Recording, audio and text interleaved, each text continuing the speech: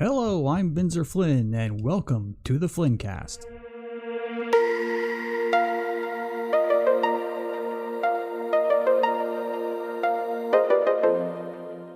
I am here, finally, yay! I finished some Supernatural, so I'm trying to get all caught up because we're like way behind. I'm only at episode 6 and stuff's happening. Is it off winter hiatus? Is it going again? I'm not sure. They're at episode 15, I think, so. I keep forgetting this is the last season, like the final episode. That's going to be something. Yeah, May. It actually is ending? Like, Yep. really ending? Yeah. That is it. May this year. So there's an unexpected subject for tonight. Predictions on the finale. Well, keeping in mind that I'm only at episode 6 of the ones they've had so far, but it does look like they're going down the road of they need Sam to kill Dean or Dean to kill Sam. But I have a theory. I think Jack is going to be back and kill God. But That's interesting. I was wondering if we'd see Jack back. I've had a theory since the start of this season, and I don't have a lot to back it up. It's just a feeling. I think Sam is going to become the new God. well, I can see it because there's like the dreamy stuff that's happening, and plus he's kind of got that maybe a piece of God in him. I don't know for sure from the shot. Yeah. So maybe, I don't know though. I feel like we had all that foreshadowing where God was so scared of Jack because Jack had the potential to be stronger than God. So I don't know. Tonight was a good episode. The one we watched tonight, we watched 2. So the first one was like, yeah, it was very Twilight, which was kind of fun, like and intentionally. So there was that.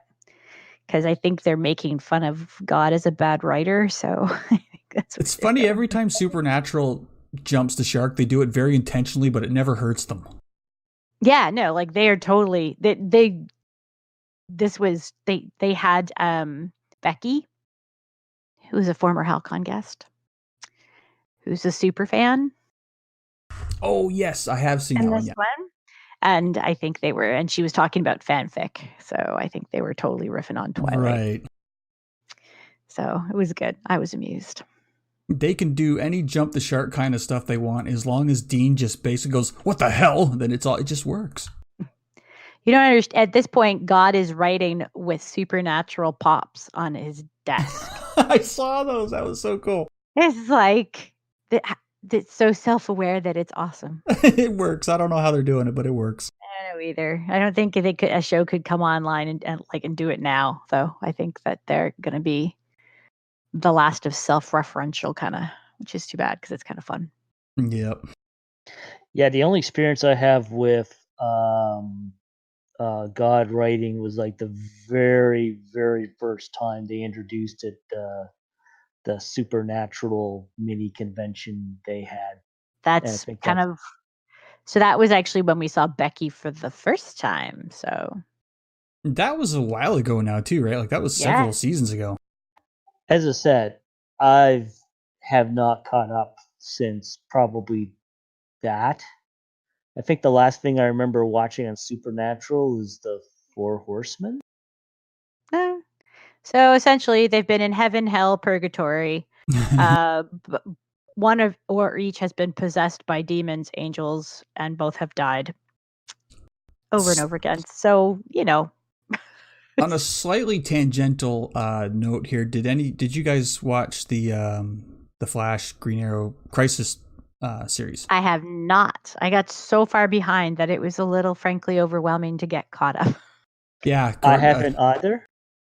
Even though I've missed a whole lot of stuff, I actually might try and watch this series just for that. Honestly, I won't spoil anything, but a lot of the Green Arrow and the Flash stuff is just building up to saying, there's a crisis coming and they lay the groundwork for it. But you could watch the 5 episodes of the crossover and still enjoy it, even with some missing stuff. Well, the whole crisis is actually such a cool thing in the comics anyway that I have to assume they do well. And I kind of am a little spoiled for it because the internet. Yeah, it's been out for a But- bit now, so. Yeah. It's like I'm super behind on Batwoman too, which is a shame because you know how I feel about Batwoman. But I just kind of, I don't know.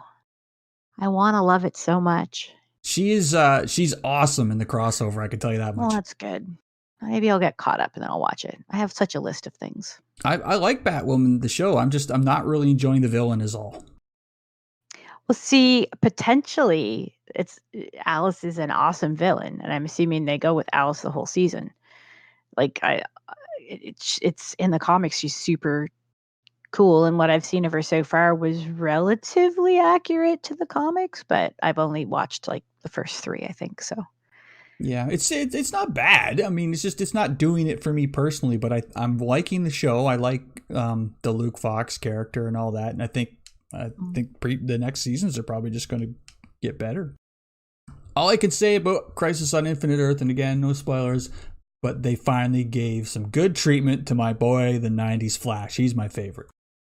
I had heard that this was going to be the case. All right, let's talk some Doctor Who. Excellent. And please go ahead and spoil. I know what happened, so I have no problem with you going full out. Yeah, I got spoiled on one thing, but not the other. So, public service announcement from the Flinncast. Shut up with the spoilers, Facebook! Not even just Facebook. I'm, again, very angry at the Mary Sue. Like, individuals, I get that they're idiots sometimes and just get excited and want to share things. But this was like a geek page, and it hadn't even actually broadcast across North America yet. It was jerky. I don't get that. Like, there's such a rush to be the first, and they just fuck it up. And, like, they're not even, like, if they were a British site, like, I'd be like, all right, well, fine, that's fair. I think, people get spoiled on other stuff, I guess. And I mean, I forgave John Barrowman. Yes. Because luckily, I don't play videos right off the bat. So I had seen it before I played his video.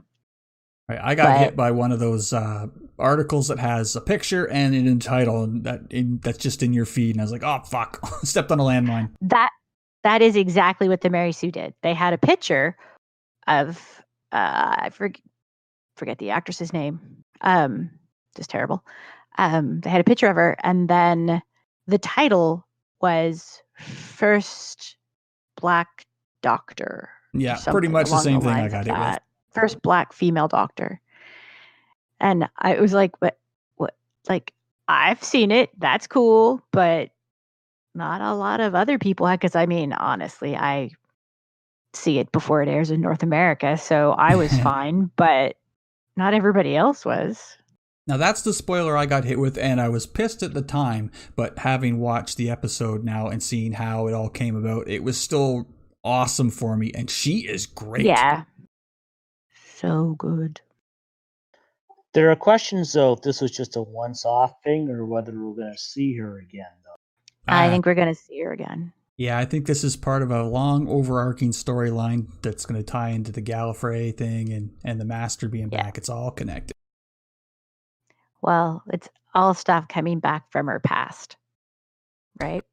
Right, and my theory, and I've told you this already, Merida, but my theory is it doesn't hold water anymore because of the sonic screwdriver thing, because she didn't know what a sonic screwdriver was. My initial theory was that the third Doctor persona was a fake implanted memory, and the third Doctor was in fact a black woman and wasn't John Pertwee or whatever his name. Was John Pertwee is the son? Pertwee. Yeah, I know it's Pertwee, but is it John? I know he's got a son. Not the guy who's on Gotham. Right. The Doctor. Yes. Although I kind of wish they'd slap a wig on him and get him in there somewhere. Sean is the That's son. it. So I was thinking, because the TARDIS interior looks around that period, and the second Doctor was caught by the Time Lords and forced to regenerate and dumped onto Earth in exile, I thought maybe that whole thing, and that's when the Master comes into it too, is with the third Doctor. And they don't really set up a lot with the Master, just like, oh well, he's coming to Earth to fuck with you, so watch out. The Valyard. Valyard?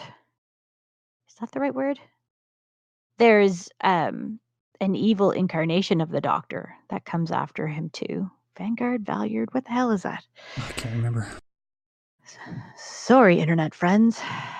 My old Doctor Who knowledge is not as good as my current. Don't even look at me. I'm not a Doctor Who fan in general. Yeah, the Valyard. So it's the amalgamation of the Doctor's darker sides between his 12th and final incarnations. Okay. So maybe, I don't know.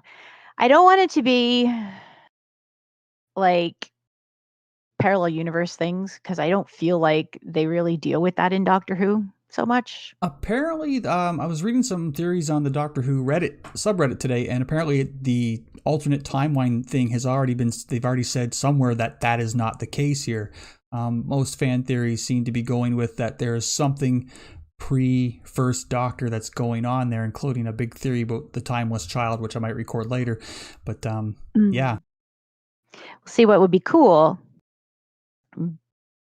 because I'm an asshole, is that if the pre-first Doctor is African American woman, that would be the best thing in the I'm whole down for world. that, though.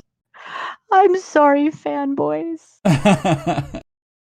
Or people who consider themselves purist. I mean, there's people like that in every fandom that don't like that kind of change. But you know what? Whatever. I'm specifically referring to the people that had issue with the Doctor reincarnating as a regenerating as a woman. Yeah. This time around, those guys. Yep. Not sorry. Yeah. But the biggest surprise for me, well, that was awesome and it was cool. And I confess, I totally did see it coming after we hit about a point. I'm like, chameleon arch. This is where this is going.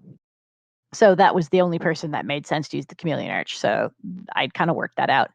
But I did not see Jack being back. Me neither. and Nope. They were clever. The voice was, you could tell it was him, but I didn't catch it until a split second before he appeared. And what did he say? Something like, get ready to be happy or something like that. And then pop. And I was like, holy shit. It's like, when we watch Doctor Who, we watch, like, Cryos is not a Whovian at all. Right. I remember he posted that. There's a lot of Doctor Who excitement and I don't understand any of it. So confused. But he watches with us because he knows it's a big thing. So it's kind of our family Sunday night thing. So Damon's on one side of me and Cryos is on the other side of me. And we're watching, and Damon and I both it's kind of funny. We started with Torchwood and then went back and watched Doctor Who. So we have a great abiding love for John Barrowman and Captain Jack Harkness. And so we're sitting there, and it's like this thing is happening, and they tell, like, Graham is brought into the ship, and you hear the voice, and like right away, I'm like, what the hell? And I look at Damon, and he looks at me, and we're like, oh. We look back, and then the voice continues, and I'm like, no, seriously, that sounds like him. And Damon's like, no, it doesn't make sense. Like, it does, but it doesn't make sense. Like, that's weird. And I'm like, I know, but I really think it is. And then he said something else, and I'm like, no, that is him. And I'm not saying his name either because I'm afraid I'm wrong, and then I'm going to look stupid, right? in front of Cryos. So, like, Damon and I are like communicating with our eyes at this point, going, maybe, I don't know. And then Matt's like, who is it? And then he like appears on the screen. And then, I'm not gonna lie, I squealed. And may have said, goddamn motherfucker. And apparently he filmed this before he came to HalCon, as you mentioned. And he was sneaky about it. He put out a lot of cover stories on Instagram, like, oh yeah, I'm renovating the kitchen or something. And in fact, he was doing this. His condo in Cardiff. He was, if you followed him on Instagram, he was asking questions about what color should I do this thing? Yeah. So you got us. It does explain, because when he was here, his hair was darker again, and he had been letting the gray grow out. Right. And I was like, that's odd that he let that go for so long. But I don't watch Arrow so much, so I wasn't sure whether he had to do something for the Dark Archer, the character that he is in Arrow. So I was like, maybe that's it. But no, it was not. And we got the full Jack experience right there. Like, he just blatantly flirting with that. He's just sexual as hell, It's just classic Jack. It was great. And I was amused that he mistakes this one of the companions for the actual Doctor. Yeah, I think she thought Graham was, yeah. Two, actually. And I mean, you understand, like, in the regenerations that he's met, the Doctor has been a guy, and it makes sense. I mean, that's generally the path he's went. But you notice how he just completely takes that in stride. He's like, all right then. Yeah. I watched this episode with Raina, and when Jack was, telling all these, sexual innuendo stories and flirting with all the people that keep popping up, I was like, I don't think he's acting. I think John Barrowman's just turned loose on the set. I think so. He said that when they asked him to do this, they called him and said, hey, can you do the thing? And he said yes. He told Scott, his husband, obviously. He told his parents. He told somebody else. And he told David Tennant that he was going to be on the show. So, yeah, he was excited and told David Tennant he was going to be back. But he still thinks that David Tennant is better kisser than the actor who plays Graham Bradley. He flat out said David's a better kisser. So for the non-Whovian here, I'm assuming everyone was surprised that he came back because he got erased out of existence or something like that. No. Yes? No, he's, you know what? He was really angry the last we saw him, really, I think, because it would have been, I'm trying to think, it was the last time we saw Jack after the final episode of Torchwood where Ianto dies. I'm trying to remember. I'm not sure. It was not Torchwood's best run either, that miniseries, but Ianto dies. They die saving the world. And Jack, because he is immortal, thanks to Rose and some accidents, Rose in the TARDIS, does not die. And he gets kind of sad, kind of bitter. I cried like a baby. That was very, very sad. But it also, I don't know, I think that he's such a big character that, like, you have to really have something juicy for him, I think, too. Like, he's not just going to be a companion to anybody watching the show. My question was, how much more of him are we going to see this season? If he is to be believed, he doesn't know. Now, he obviously just we know he's a filthy liar. But he said that he would love to do it and will totally do it in a second. So he like that, but he said he didn't know. Now some people are saying that they don't think they'll see him again in this run. So I don't know. Other people are saying that the nano DNA attack is the start of him turning into the face of Bo, which I thought was interesting. Interesting, yeah. I don't know if I subscribe to that, but theoretically, if that is true, at some point that has to happen. Far on the timeline, but between Jack's surprise reappearance and giving us this new Doctor mystery to chew over, I'm enjoying Who more than I have in years, and I'm loving it. Yeah, I wanted to love them after David Tennant left, because Tennant is my Doctor, like he just is. I like Matt Smith a lot, and they did some interesting storylines, and they definitely had to like work out some stuff. Peter Capaldi, like, I get why they took him that route. They just weren't any of my favorites, Last season was good with Jodie, I think. I really like her. But this is better. what It they've is done better. so far. Yeah. Raina said the same thing. Like she's fired up for the season the only way she wasn't for last season. Yeah, and like it's almost, and I mean, it's the same thing that happened with any of them. Their first with it, they kind of have to get a feel for Yeah, for their sure. version of the Doctor, and they always write it so that almost in the beginning you can feel the previous Doctor in their character. It's almost like they have to kind of shake out the last one to be fully themselves. So Yeah. I think that she's just kind of come into her own, which is nice. I like her. I think she's kind of refreshing, and I think she's got the stuff that I loved about Tennant's Doctor, about 10. Yeah, Rayner drew that conclusion too. I think there's an energy she's bringing to it that I'm really digging. Yeah, which is cool. It's sad that I think they're going to crush her spirit terribly with whatever's happening in Gallifrey, but something big is brewing, which is why I'm having fun again, because I don't know what's going to happen. You have all these theories. Yeah, It feels big again. now that's the thing. Like we don't know. I mean, everybody's got guesses. I think there's going to have been. They just that the Time Lords were assholes, which I think we all know, and probably warlike. And I think that they wanted to reinvent themselves, so maybe they did. Yeah, we mentioned that the other day, how the Time Lords are just straight up assholes, and there's, because of the way the Matt Smith Doctor got regenerated by Time Lord energy, it lends a little weight to the idea that there could have been pre-First Doctor regenerations and they took her memory away or whatever. You know, like the Time Lords are dicks. They are absolute dicks. But I mean, arguably, anybody that has that much power, right? Absolute power corrupts absolutely. Totally.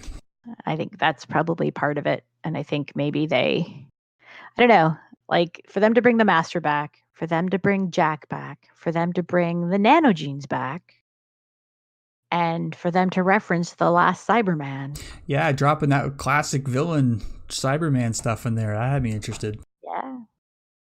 So, I mean, it's just everything old is new, I guess. And if we're seeing Gallifrey destroyed, then somebody got pissed off at them. And there's usually one group of people who are.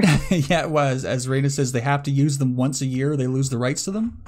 Yeah, it's like, bring them out.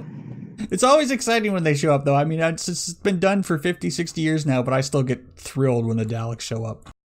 Well, they do, and if we've already had the Cybermen and the Daleks at war, so I don't know. Which was hilarious, the insults back and forth that happened there. It's true. It was good. So I don't know, maybe somebody destroyed Gallifrey. I mean, we could also, there is a lot of environmental stuff that's happening and talk about Earth destroying itself. Yes. This season. So maybe that's paralleling what happened to Gallifrey as well. I don't know. So do you want to talk about the boob armor rant, Merida? Boob armor. Right. Okay. So some background for the listeners. If you haven't seen, Jessica Negri recently did a really good The Mandalorian cosplay, and it was a head-to-toe armor. There wasn't anything really overtly sexual about it. There's no cleavage. I mean, she's known for that, which is cool. But some people got a discussion going about how the Mandalorian's armor is sort of flat, and Jessica's was molded to her boobs. Yep. So, which would make sense. And yes, I'll just throw that opinion out there. I'm sure people are expecting me to come down on the against boob armor, but I don't. I have boobs. I have armor. And it is infinitely easier to accommodate your boobs in your armor. Not to mention, there is, this isn't the case in all of the Mandalorian armor building universe either. Bo-Katan's armor, very much shaped. Yeah. Sabine's, even to a degree. I mean, she was a teenager, but still had a shape to it. It wasn't like flat up and down. Yeah. And honestly, like, how many women did we see on The Mandalorian? 1, 2, 3, 4. Mandalorians. Oh, Mandos? Yeah. 1. Yeah. So the armorer, I think, actually was wearing leather plate on her chest, if I'm remembering rightly. I don't think it was Beskar. I don't think it was I don't think it was leather armor, but I don't think it was Beskar armor. It was probably like normal steel, but it I don't was still know. shaped. I'm gonna look. So we saw Kara's, but she's not Mandalorian anyway. And it's still, I don't know. I guess I don't see the problem with doing it. As my argument with art has always been like stupid bikini chainmail, like any armor that doesn't actually armor you, that doesn't protect your vital bits from being shot or stabbed or hit with an arrow or whatever. That's not armor. But having it molded to fit your shape, that's fine. And it fits better, honestly. It's uncomfortable to wear if it's just for a woman, if it's at least for me.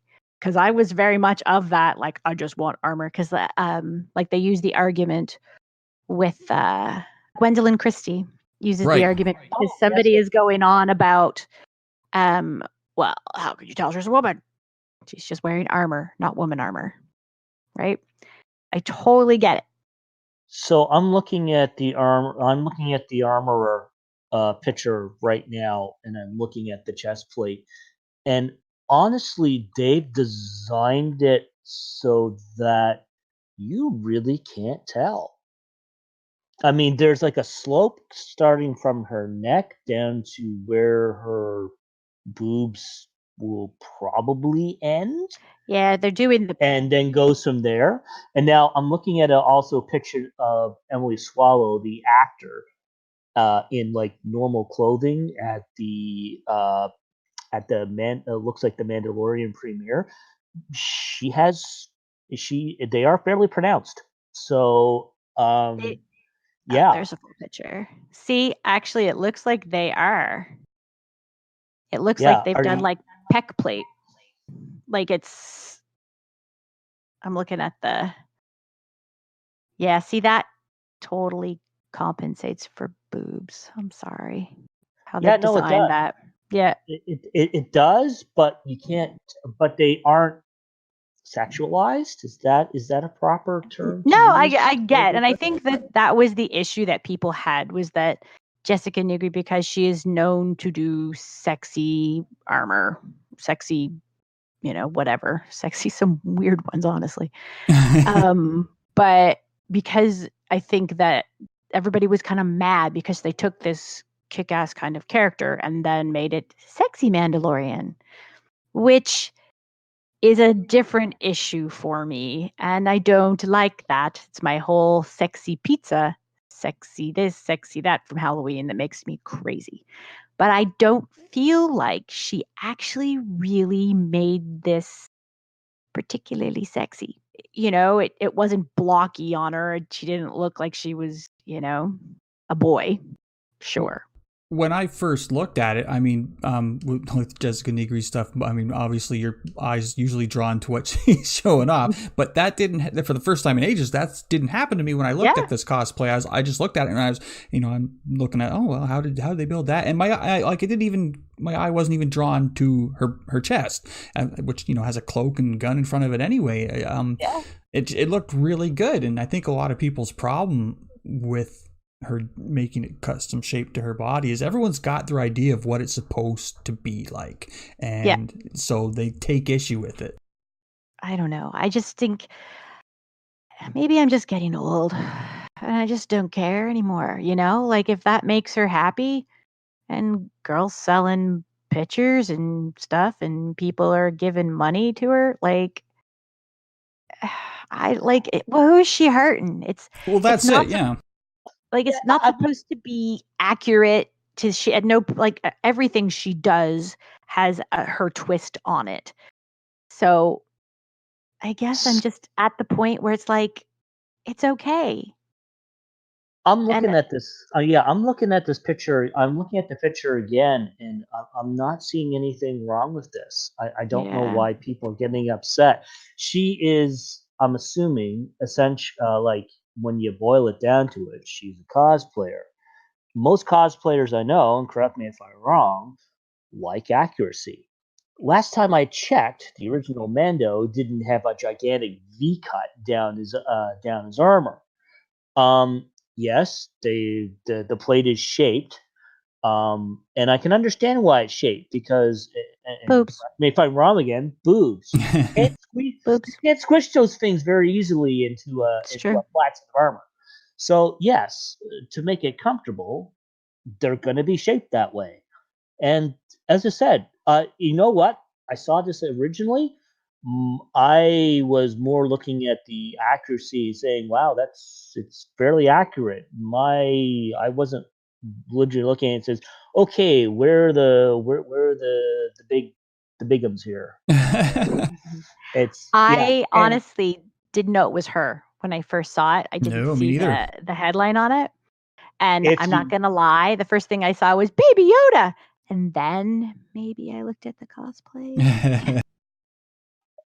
If you didn't know it was Nigiri, you probably would have mistaken her for someone else. I totally get that, considering her reputation. Yeah. Like but you know what? That said, and she does take flack from people for this, but she is very good with armor.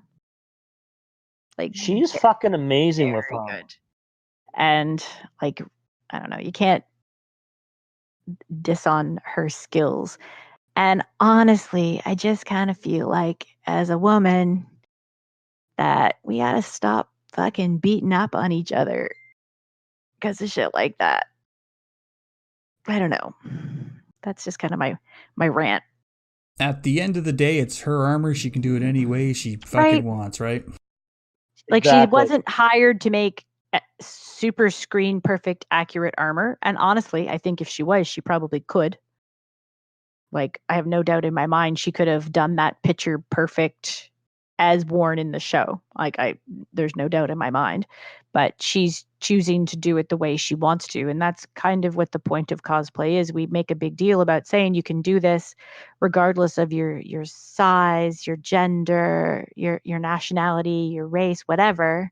Like cosplay who you want to cosplay, and it's not really fair then to tell somebody who happens to be a pretty girl that that doesn't count for her.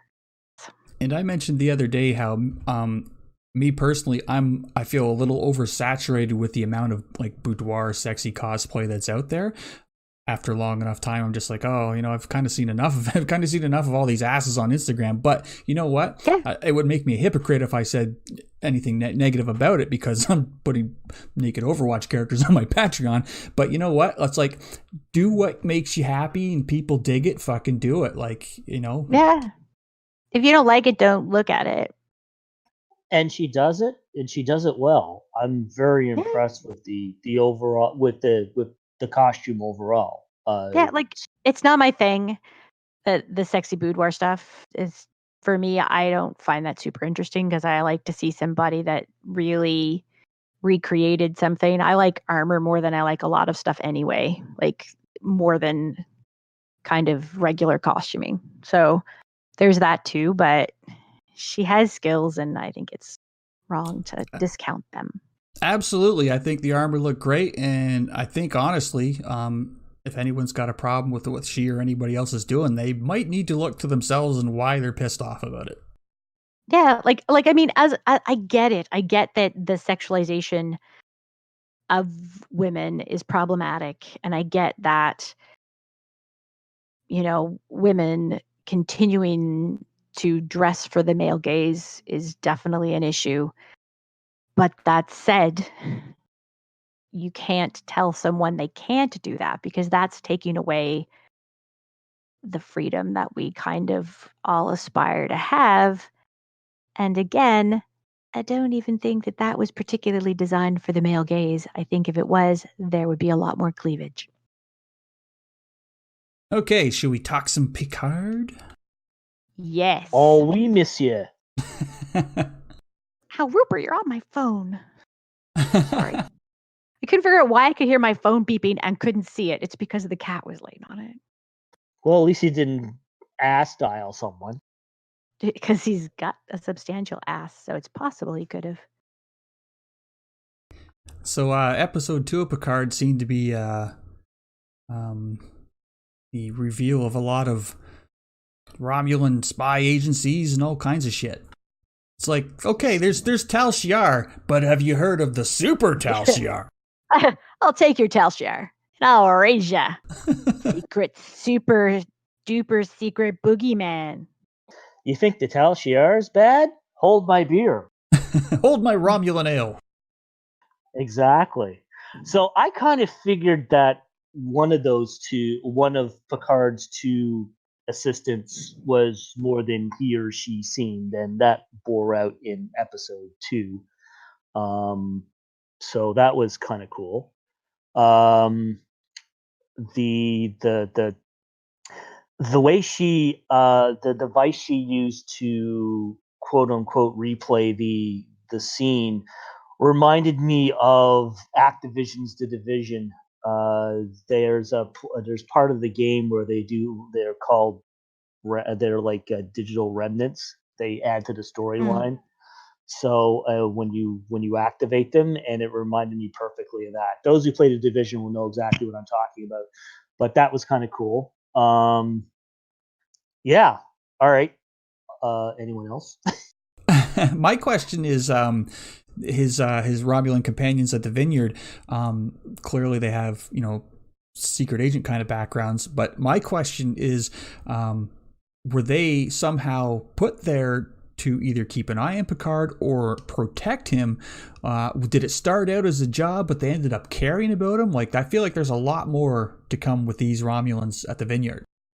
Oh yes, there's definitely much more secrets that will be probably revealed throughout the episodes. I feel like they have history together from like way back.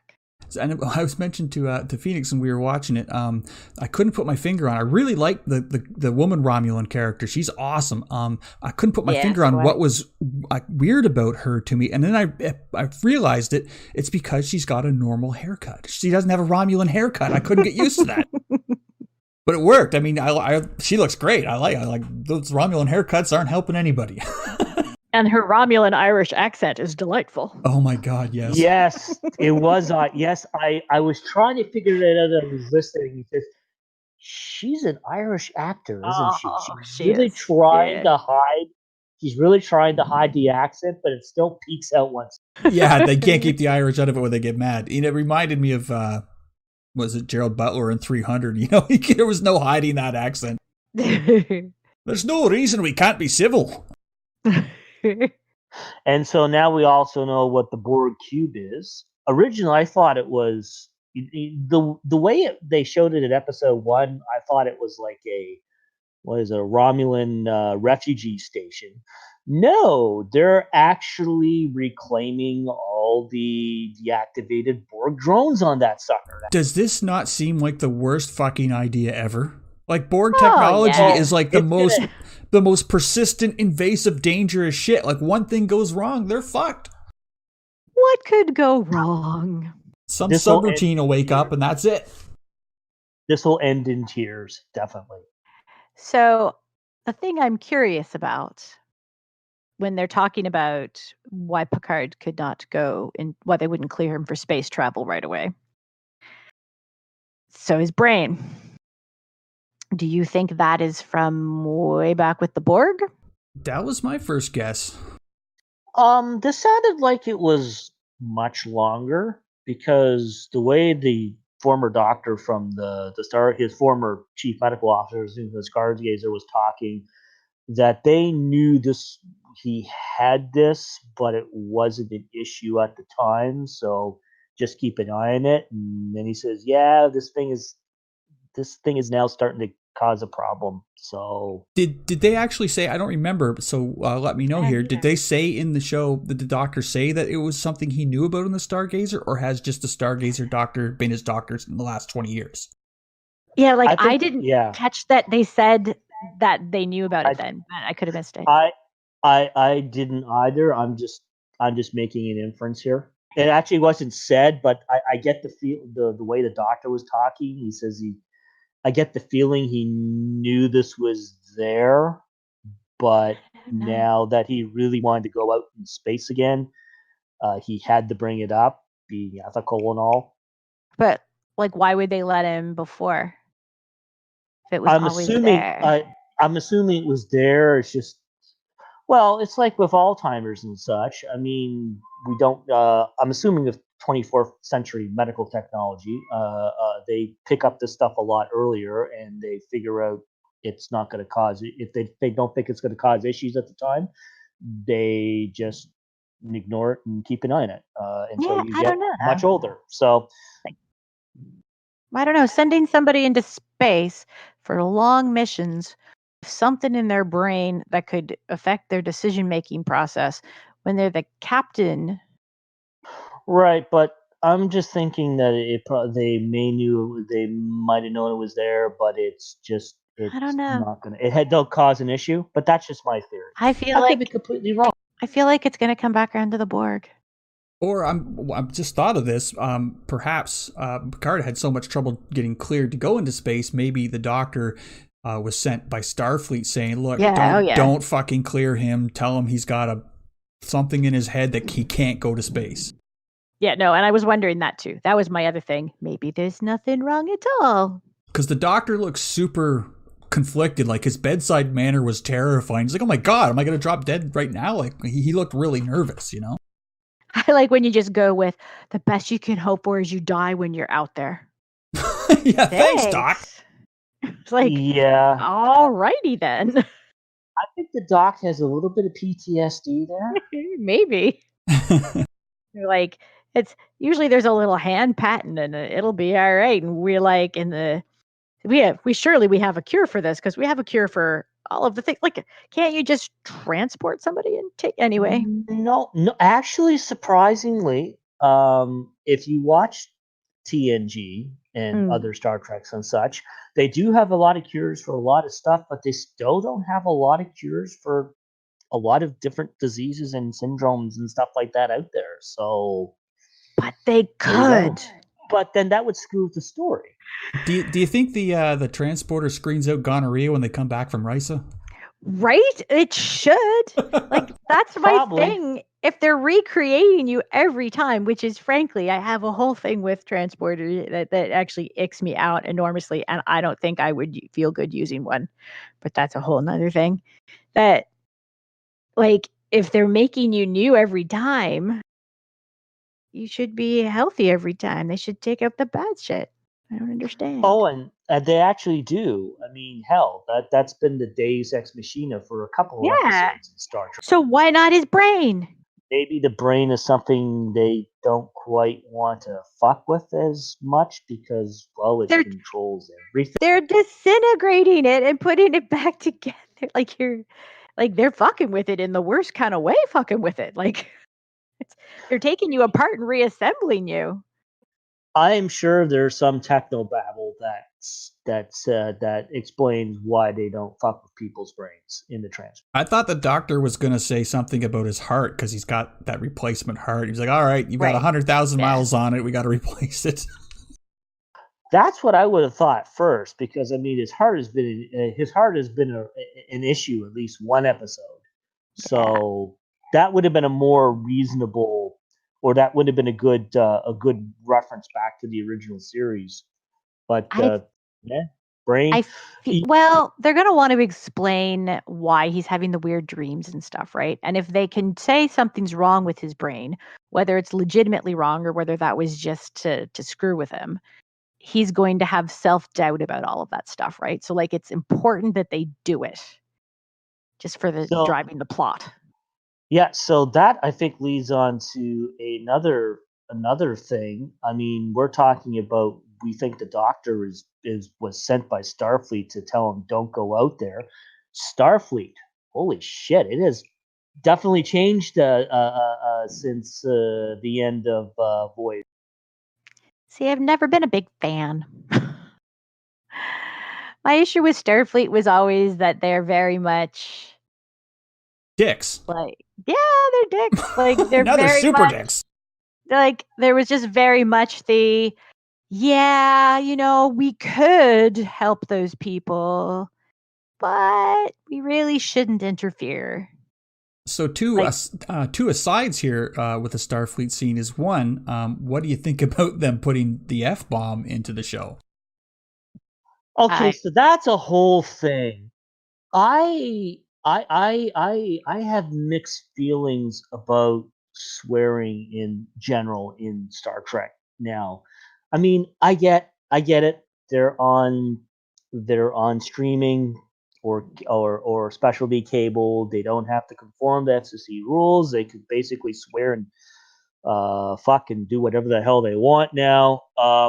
But and I realize back in the day they didn't have swearing because they were on network TV and there are much restrictive rules. But they explained that by saying that the 23rd and 24th century had evolved beyond the need to use colorful metaphors, as Spock liked to say. So reverting, almost regressing back to swearing. I'm But not sure. they made new swear words. And this is not the first time they've been using curse words. They've used it. They sprinkled them through Discovery several times. Yeah, they totally did. And you know what applies to Picard also applies to Discovery too. So I'll just put that. I don't think.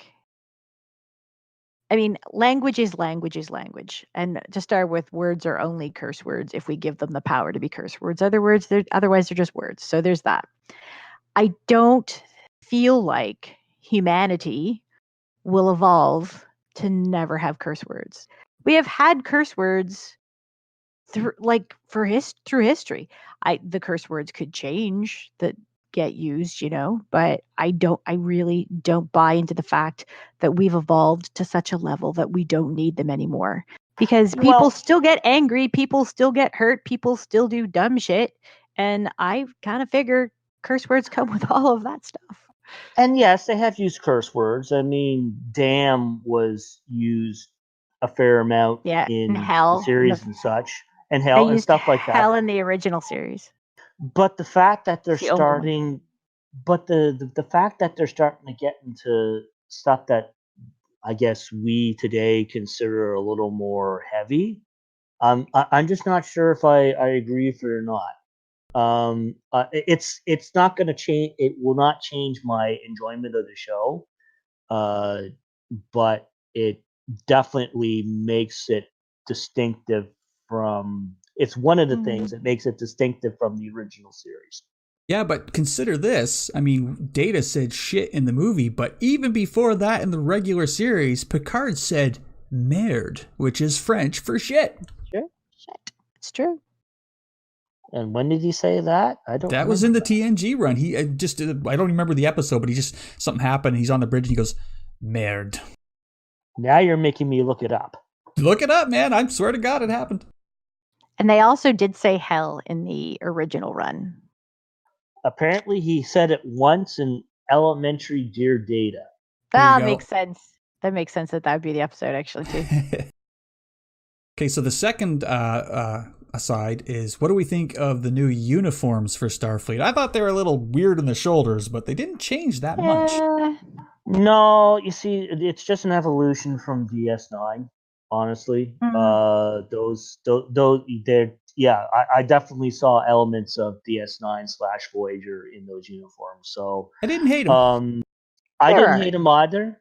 The ranking, where they're putting the rank now is interesting. That's more, yeah. A lot of times, though, most normal military uniforms have it on their shoulders, but I mean now they just have it on the left or right breast. I can't remember. Yeah. Anyway, having it having just one and under breast now it's a change.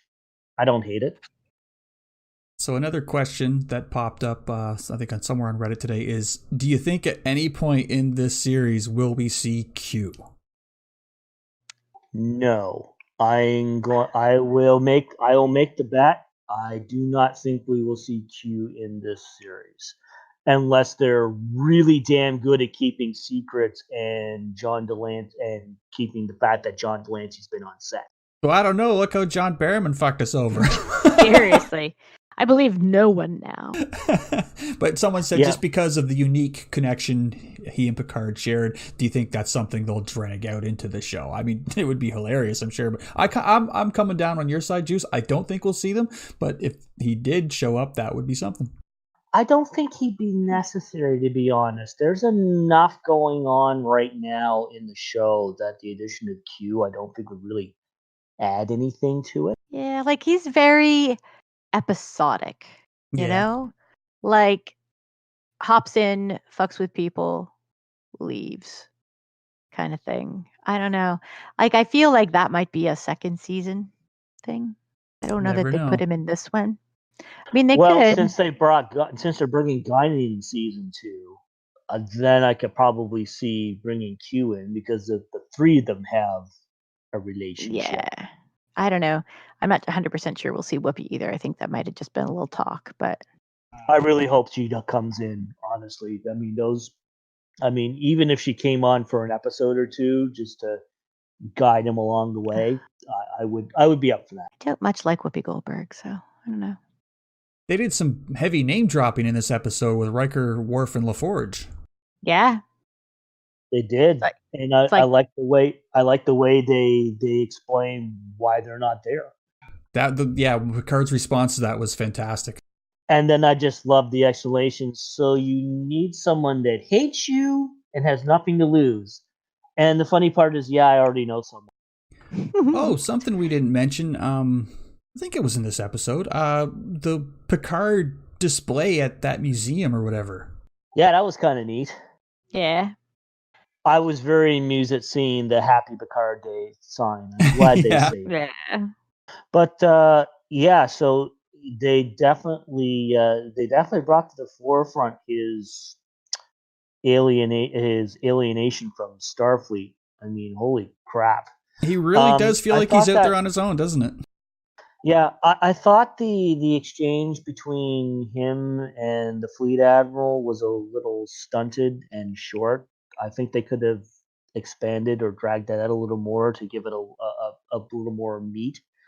But I mean, it definitely gave the impression that, he's not getting any help from the fleet. He's doing this on his own.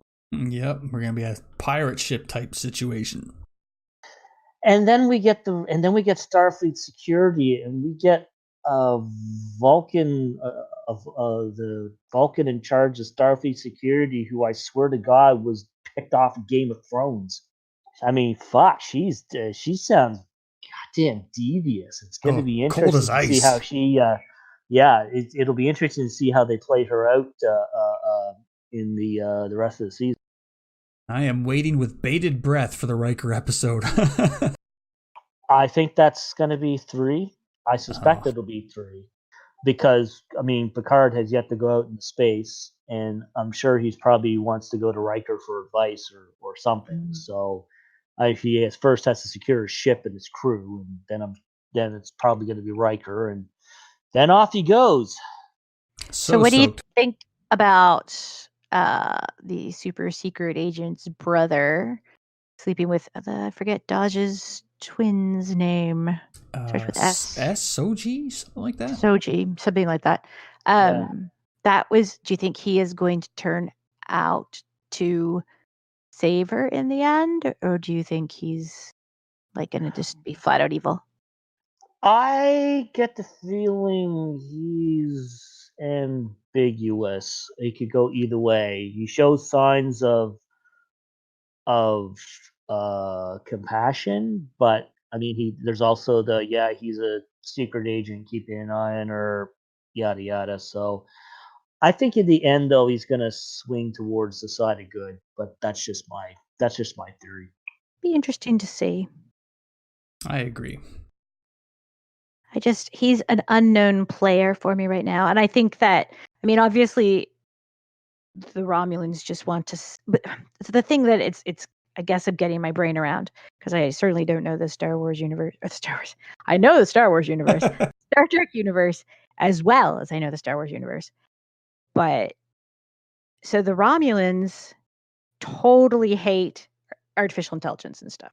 But then what they do on the Borg ship?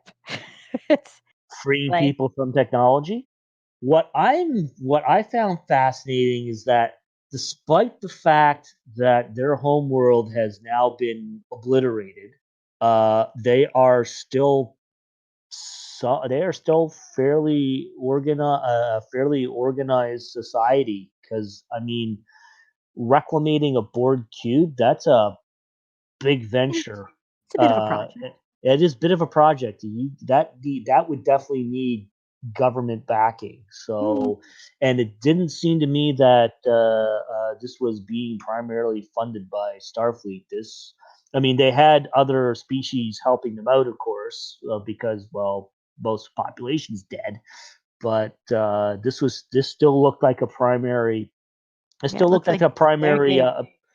This looked like their gig. So I was intrigued that there still is a functional Romulan government going on. I was expecting to see a lot more Romulan, like refugees having a hard time. I wasn't expecting plots within plots and secret agents everywhere. Yeah. I'm also wondering, when you go back to the place that they made the ships that they blew up. Utopia Planitia. Yes. Oh, what a great scene that was, when you too. go Holy back, shit. when you go back to that, so who do you think controlled them? That's what I want to know. It doesn't make sense that they developed the ability to decide to do this on their own. I don't think it was the Romulans, because why would you screw over your own people that way? Right. I'm thinking, you know what? So here's my theory. We'll see if it proves out at the end. I think it was probably some faction within the Federation, Section 31, rogue element, Starfleet, whoever that reprogrammed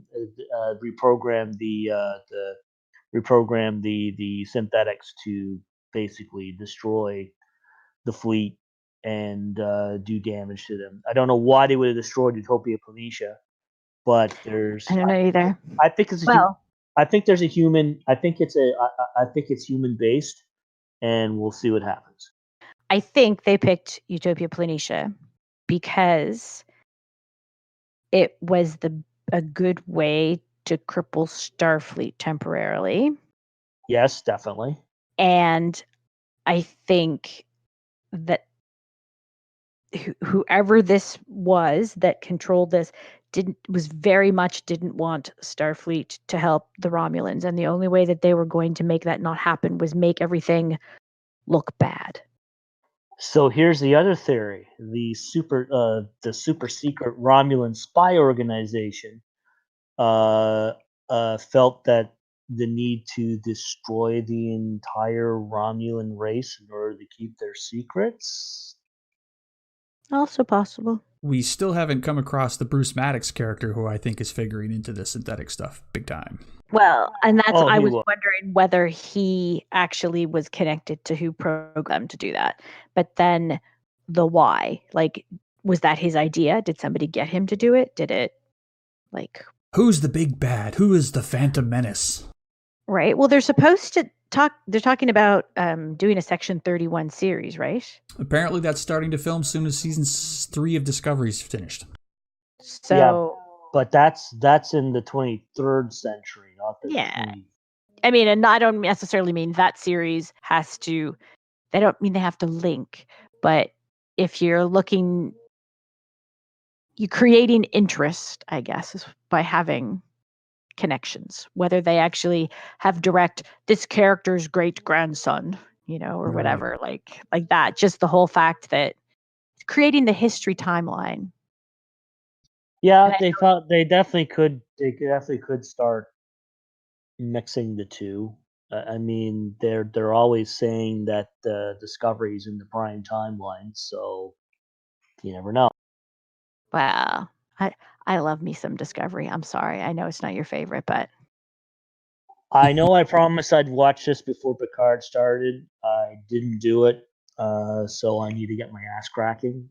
Like But you know what? I've made my peace with Discovery, so we'll just go from there. I swear they fix it all. It's very good. It's I'm very well sure- written. It's just so different. I'm sure they do. I have to watch it. I'll make my own judgment, but we'll go from there. I know that I'm coming at it as somebody who is not like, you know what? I've watched Star Trek my whole life. That said, from when I was a kid watching like the reruns of the original series. Like I can remember Saturday mornings, my mom used to like to go shopping, and I can remember standing in the TV department watching it. Like, hey, Saturday mornings, me at home, CBC, right? 11 a.m., 12 noon, watching Star Trek. So, like, I feel that I have a connection to it, but I don't feel like I am so invested in it that when they started to change stuff like they did in Discovery, that it bugged me as much, I guess. Well, for me personally, I think I've explained this before. Star Trek was always my gateway fandom. Yeah. That's how I became. It's what I was heavily involved with. I guess in my formative years as a nerd, quote unquote, and still am. I mean, it's only been recently that I've really gotten into Star Wars and other stuff like that, but there's always going to be a special place in my heart for Star Trek. So I feel much like you feel very involved and connected with Doctor Who. That's me with Star Trek. If I get you, I do, because when they screw, because I'm actually okay with Doctor Who when they do new stuff, but the whole nature of Doctor Who is that they're going to do new stuff. Like, you don't watch Doctor Who expecting them to not screw with something, because timelines, they can do whatever they want to. Like, seriously. I mean, right, and that's just the way that works. You've got a main character that like you can change, and nobody does change can do anything frequently. I like how Deuce is like a member of an international spanning Mandalorian clan. Yeah, I'm pretty new to Star Wars.